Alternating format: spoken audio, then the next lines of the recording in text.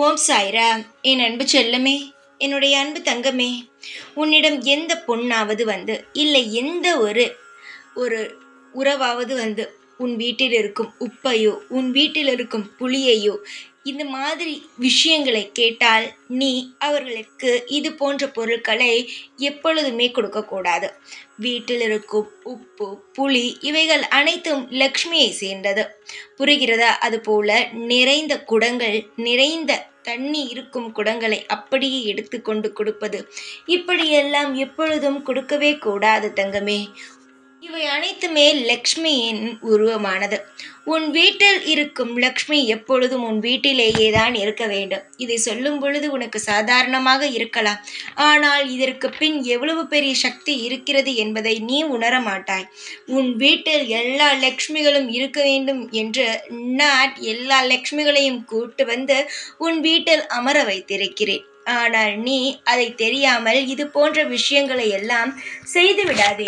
நான் எதற்கு சொல்கிறேன் என்றால், லக்ஷ்மி தேவி வருவது அவ்வளவு சாதாரணமான விஷயம் அல்ல.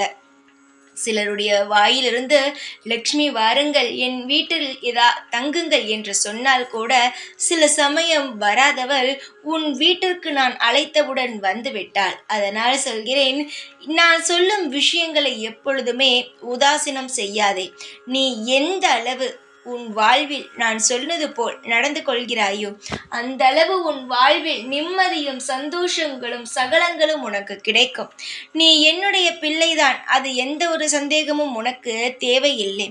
உன்னுடைய வாழ்க்கையில் நீ மிக பெரிய ஆளாக மாறத்தான் போகிறாய். வசதிகளுடனும் செல்வாக்குகளுடனும் உன்னுடைய வாழ்க்கையில் நிறைந்த சகல ஐஸ்வர்யங்களும் இருக்கத்தான் போகிறது. புரிகிறதா?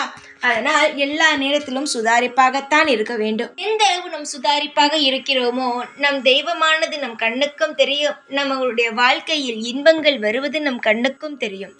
ஒவ்வொரு நிமிடமும் நான் உனக்கு ஏதாவது ஒன்று சொல்லிக்கொண்டே இருக்கிறேன் என்றால் நீ வாழ்க்கையில் நிறைய கஷ்டங்கள் பட்டுவிட்டாய். இதற்கு மேல் எந்த ஒரு தவறையும் நீ செய்து உன் வாழ்வில் கஷ்டத்தை படக்கூடாது என்பதற்காகத்தான் நான் எல்லாமே உனக்காக சொல்கிறேன். தங்கமே, உன்னுடைய வாழ்வில் நீ இன்பத்தை இதுவரை முழுமையாக பார்த்தது கிடையாது. அப்படியே பார்த்திருந்தாலும் சில சமயங்கள் அது உன்னை மிக மிக கஷ்டமான நிலைமையில்தான் பார்த்திருப்பாய். அப்பொழுது என்ன தோன்றும் தெரியுமா? சந்தோஷப்படுவதா இல்லை கவலைப்படுவதா என்றே தெரியாது. ஆனால் நான் சொல்வது போல் நீ நடந்தால் நிச்சயமாகவே நீ சந்தோஷங்களை பார்ப்பாய். சகலங்களும் உனக்கு கிடைக்கும். வாழ்நாளில் நான் உனக்கு எதுவும் தேவையில்லாமல் சொல்வது கிடையாது. நான் யாரிடமும் தேவையில்லாமல் முதலில் பேசுபவனும் கிடையாது. உன்னுடைய வாழ்க்கையில் நீ நிம்மதியாக இருக்க வேண்டும் என்பதற்காக ஒவ்வொரு நிமிடமும் உன்னை விட அதிகமாகவே போராடி கொண்டு இருக்கிறேன். அதனால் கவலைப்படாது, எல்லாம் மாறும். நான் சொன்னது புரிகிறதா? எந்தெந்த பொருளை கொடுக்கலாம், எந்தெந்த பொருளை மற்றவர்களுக்கு கொடுக்கக்கூடாது என்பதை புரிந்து கொள்ள வேண்டும். தங்கமே, எப்பொழுதும் உன் வீட்டில் உப்பும் புளியும் நிறைந்து இருக்கட்டும். உன்னுடைய லக்ஷ்மிகள் அனைவரும் உன்னுடனேயே இருக்கட்டும். சகல ஐஸ்வர்யங்களும் மங்களங்களும் உன்னையே சூழ்ந்து இருக்கட்டும் என்று நான் உன்னை ஆசீர்வாதம் செய்கிறேன். சந்தோஷமாக இரு. எப்பொழுதும் உன் கூடவே இருப்பேன். இந்த சாய்ராம். ஓம் சாய்ராம்.